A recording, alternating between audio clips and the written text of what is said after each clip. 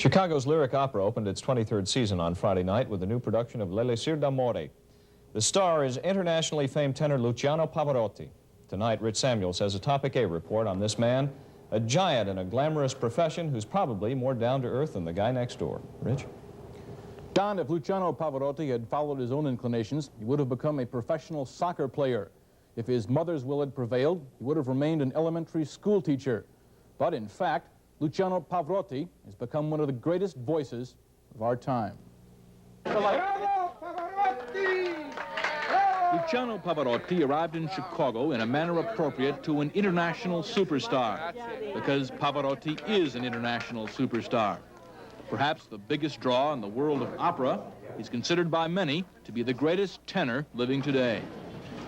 But Pavarotti is also a family man. This visit to Chicago is special because his wife and daughters are able to be with him here for 2 weeks. Usually, Pavarotti must travel alone.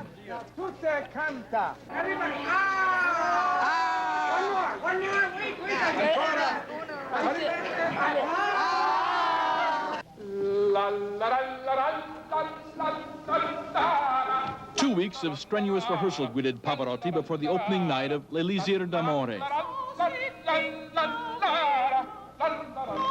While Pavarotti's voice has made him famous, his girth has earned him notoriety. Last year on this stage, he weighed in at roughly 350 pounds.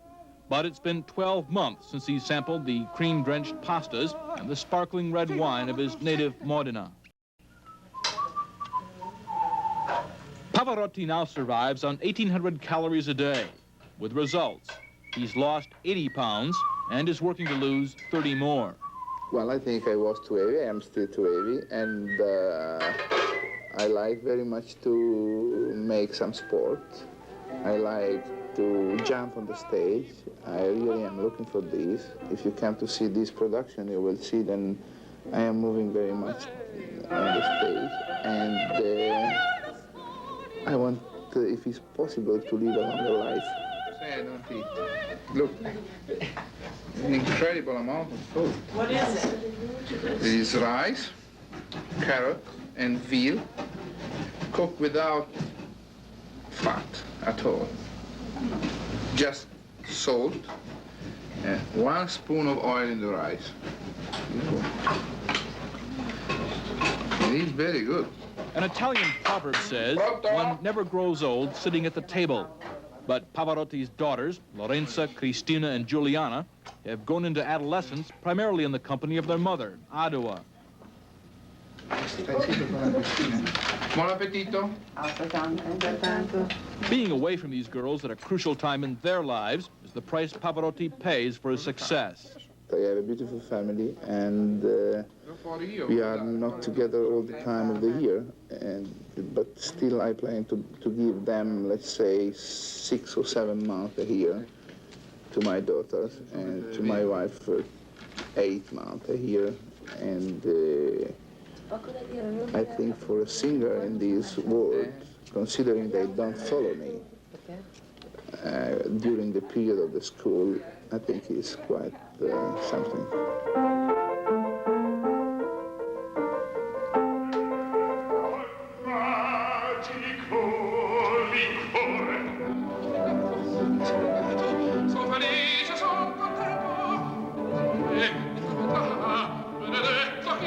In this opera, Pavarotti plays a young peasant hopelessly in love with a rich girl. Durand Evans, a doctor who sells him a worthless love potion.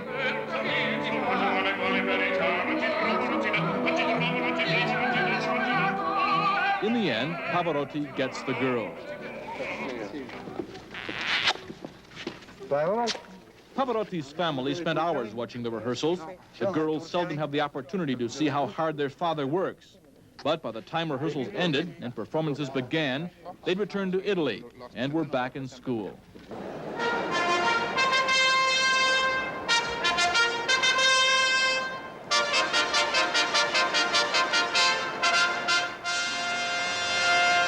Luciano Pavarotti has a remarkable following, especially here in Chicago.